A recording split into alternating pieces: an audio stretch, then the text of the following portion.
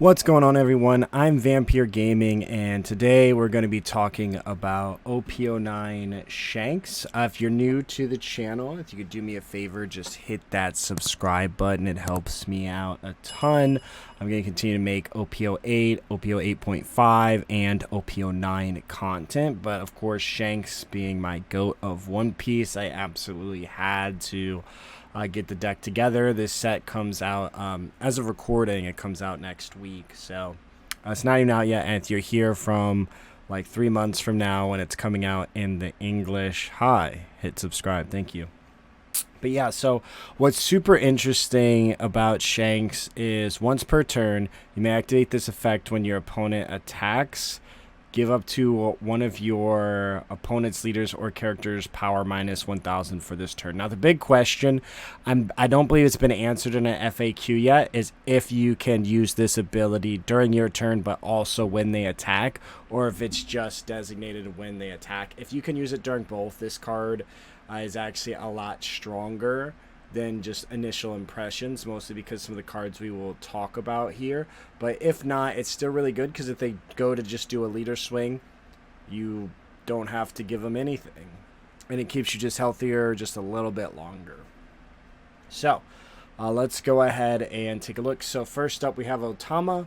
If you're unfamiliar with some of the newer cards, they go based around removal from trash. There is a card that's a 1-drop. It's like Gordon, except it's searchable via red hair. I opted not to play that. I did want some counter in the deck. I think it's really the best part about red was that red pretty much always had counter. That was like their big selling point. And we also have another card that does minus. So I think it's okay overall. And so, yeah, I think Otama just does a lot more work. Now, a special interesting thing, and so I wish I could just organize the deck by cards, but it is what it is. Shout out Batsu. Still appreciate you, GOAT. This card combines with some other cards, but essentially it makes you a 7k leader, and then again, we're using Shanks' ability. We're going to do a -1, so they already have to spend Dawn, but then you automatically make some Dawn worthless.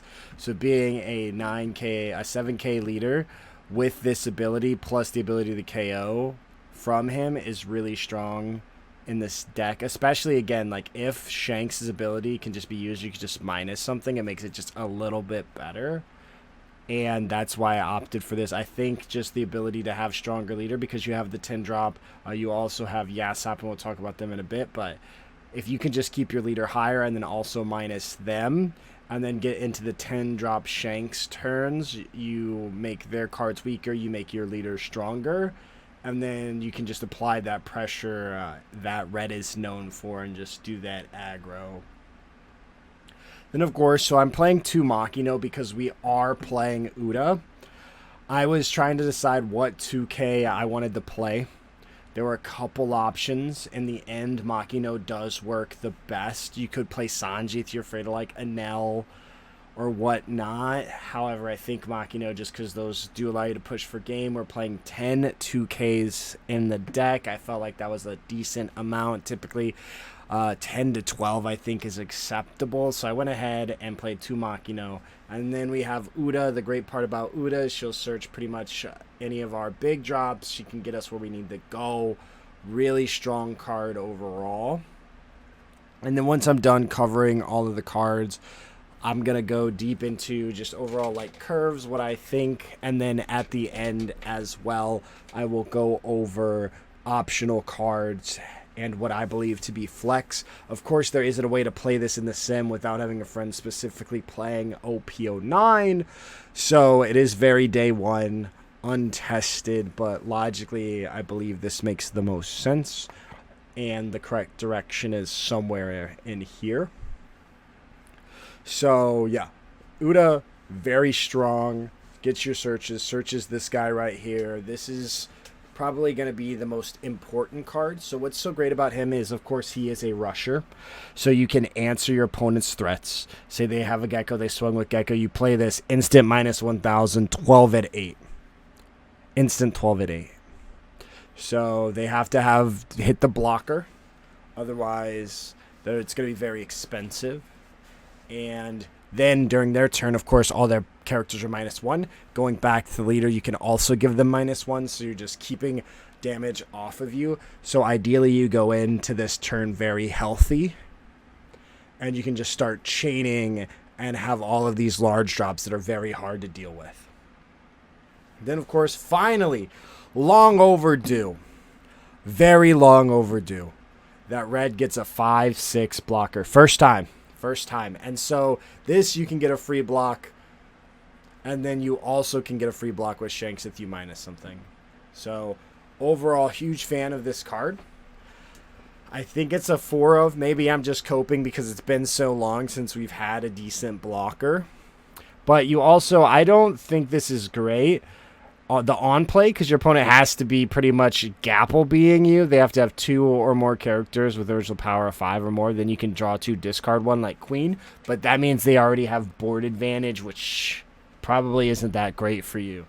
So I don't know how much I love that effect. It's an effect for playing from behind, in my opinion. So do with that what you will.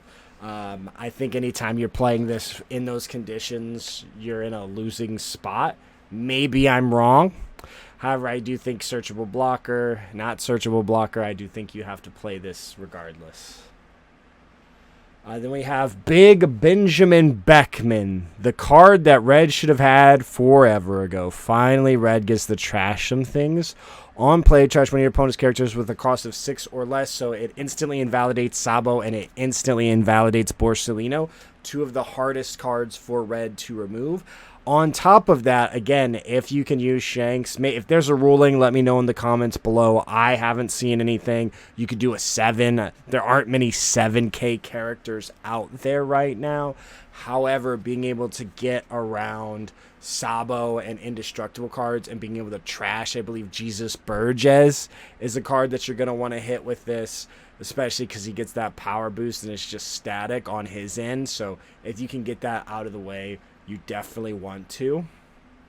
And then, of course, things like Dofi, you want to be able to answer those. So Benjamin Beckman, absolutely huge. Then, of course, Yasop. So the idea, we have Newgate, we have Yasop. Yasop on play gives your leader 1,000. So you play this on 5. Your leader's a 6. You go to 7. Maybe you play another one. Maybe you play Benjamin Beckelman to remove something, but then you're a 6. You can also give something -1, invalidating an attack, trying to keep yourself healthy. You make it to 9, you smack down a Newgate, now you're 7. Again, you can minus something by 1, invalidating an attack. Then you smack down a 10-drop Shanks, go 12, clear a body. That might be a threat. And then your Shank, then you can minus something by 1. All of their characters are static by 1. If you chain another one of these, now they have to dawn up to meet you. Again, you can still invalidate an attack. Maybe you then slam down like a Newgate or 2 Yasops, go up to 7, and just really trying to keep your opponent off of you. It's really just a less efficient RP Luffy, except you have 5 life. So you have 5 life, which is phenomenal. And so you use Yasop to get there. And then, of course, you can also do -1,000 with Yasop should he stick. And then so if you're on the even curve, you can play Yasop. Next turn, you play this Newgate. You swing, make something 6. Again, if you can Shanks minus again, and then boom, Newgate KO. So a lot of opportunities there. I do wish he had the draw 1, trash 1. You also can give your leader a Dawn when you play him, since he's designed for Marco. And then, of course, Portgas Ace. A lot of you might not understand this, but if you were in the Asian meta, you understand, because the reason why you play this card isn't because, he's got rush. He's a 5/6 with counter. However, he's like a better Marco, and we'll talk about Marco and the cards you could play. If he would be removed from play, not KO'd, removed from play. Bottom deck, anything. Bounce back to hand, anything. You can give him -2,000. So things like Rage You. Oh, I want to play Niji. Bounce it to your hand. Nope. Denied. He's staying on board. And on top of that, if he would be yeah, you minus him 2,000, you're locked in. He's super solid. So he's a sticky body that you can play on 5 to ensure that you have a body going into 7 or 8. And he just helps you stick it. RP Laws were playing him just so they would have a body that would be sticky in the mirror. They were playing him at a 2 of. So I think it's just important that you play this in a world where we still have removal. Maybe this becomes something else. This could possibly be flex depending on if people continue to move on forward with Lucci or if Blackbeard, because Blackbeard can KO. And it's once per turn, so he's just very sticky, and they have to swing. So it's like 6k leader, and again, your Shanks can make something go -1. Now, this is the most interesting card. I think this card is flex. I will open up with saying that right now. I think this card is flex. Main, if your leader has the Red-Haired Pirates type, give it to one of your opponent's characters -2,000. Then, if your opponent has a character with 5,000 power or greater in play, draw a card. So this card is really, it's okay. You can use it with Newgate, of course, and then you can also use it with on play of a Beckman, or even Newgate, and then KO it when you swing. So this card, that's why I have it at 3. The draw card is really good if you do get to resolve it, because it'll replace itself, and we love that. It's like Shanks's Great Eruption. If this card was one of, like was a 1 cost like Great Eruption, I think this card would be an absolute 4 of. However, being 2 is mildly expensive, so I'm not a super huge fan. Then, of course, you do have the trigger. You can draw a card, but if you pair this, and again, if Shanks can be used during your turn, boom, you're removing a Moria. Because you can go whoop whoop, and it's 5, and then bow, Newgate just cracks them. So there's a lot of opportunity here with this card. Even if Shanks' ability isn't that way, it's still relatively decent. You can use it to swing into something. You can use it to remove a blocker with Newgate, trash something with Beckelman, any of those sorts. Trash, of course, also really good for BP or YP Luffy, Y black, yellow black. I'll just say black yellow Wiz Luffy. So really strong in that sense. And then of course, just trying to keep the board clear because we have those clearing bodies. And then of course you also have your Shanks. You could swing into something clear there. Also, come on, we'll fight you. I believe that this is also a flex spot. This could be flex. Possibly Rayleigh, just because Rayleigh isn't searchable, but this will get you your Uda, and then you can keep digging. It's like OG Whitebeard vibes, and it also can get you to this stage. So I did go ahead and add it in. The trigger is unfortunate. It is draw a card. It isn't like Whitebeard Pirates where you can search for it, yet I still think this card is relatively decent. And then of course 2 Red Force. I like this, but there's no real way to cycle it, so I don't want to play it at 4. If you get it, great, because you can rest it and then minus anything by 1,000, which, again, if this leader is really strong, again, maybe I'm just wrong and I don't know, and that's my bad and I just sound silly. However, you could potentially give something up to -2. I believe it's just on your opponent's turn. Let me say that. However, if it isn't, I think it shouldn't be. And if it isn't, this is really strong because you can combine it with this. This, of course, is during your turn, but it allows you to do that removal, swing into bodies, play more controlling. And yeah, I think this is the deck. I think it's a solid direction. This might even be it. I would love, as soon as we get it updated on the sim, I'm going to be pushing out these games. So definitely be tuned for that. But let's go ahead and dive into the possible cards. Now, I think these are all playable. If you wish, I will talk about if I would play them or not. So first up, we have Kid Killer. This is hands down the best rush card in the game. So we don't have a lot of rush as opposed to what we're used to with red. I believe that that opens the opportunity for us to play Kid and Killer. However, I don't know what I would replace it with. And there isn't any like on play cards that you can really combine well with this on a turn. So it just doesn't feel like it has the ability to fuse in that way for me. Then we have Marco. You could potentially replace Rayleigh with Marco, because then you can, revive it. We do play the Newgates, both of them, and the ace. So right there, we already have a decent amount of targets to use his effect. So you could use that to just kind of have that slightly stickier body. And then if you even wanted to take it a step further, you could play like Ezo, play it almost like Strawbeard, and have, you know, half Whitebeard, half red hair pirates. So you could do that and take that direction. And even because we play those events, we could potentially just add in Marco. Yet the reason why I didn't do that is because we're playing the ace. I think ace is just a little bit more stickier. You of course don't get the removal, but you get to stick around for a couple more things. And then there is the Shanks. The Shanks does answer a big body. The Shanks is searchable, and you can play it while healthy. He has the Film, Emperors, and Red-Haired Pirates tag. Yet I just think the Rusher, and I think 9 Newgate is better. I could be wrong. We will see. I hope to see Shanks have some showing to some degree. I think there's the potential. I think RP Luffy is just sadly better. It just does what this deck wants to do better. But you never know. You know, we could take that control avenue, play this Shanks, remove answer bodies. It is just those 12k bodies that are terrifying. But if his ability is usable and you have the stage, you could remove a 12k if that's a possibility. Big. And then, of course, Dragon. Again, the biggest thing that I feel like this deck is lacking is Rush and that aggression. It does feel more control-y, more healthy type vibes. So I think there's the argument to play Dragon.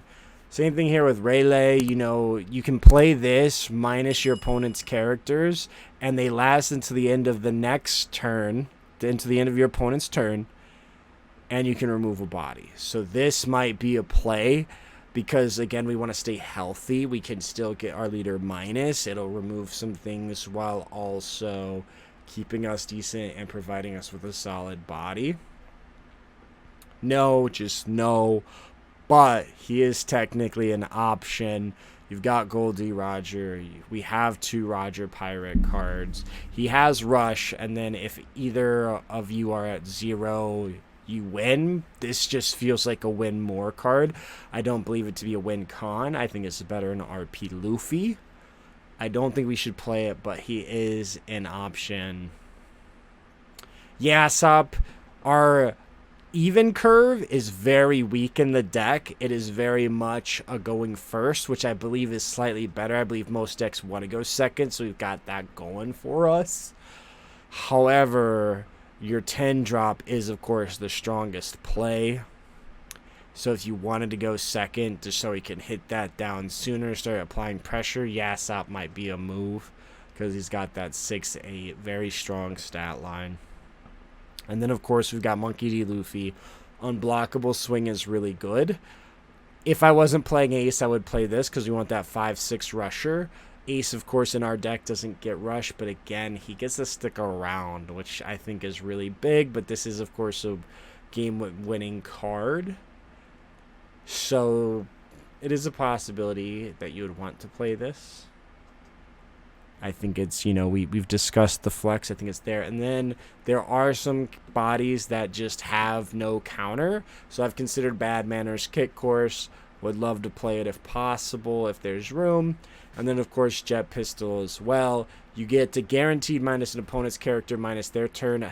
Again, there aren't very many 7k bodies out there, so there might not be a ton of value on this. But if you did trigger it off of life and you had minus something, you could potentially remove that for a little bit cheaper.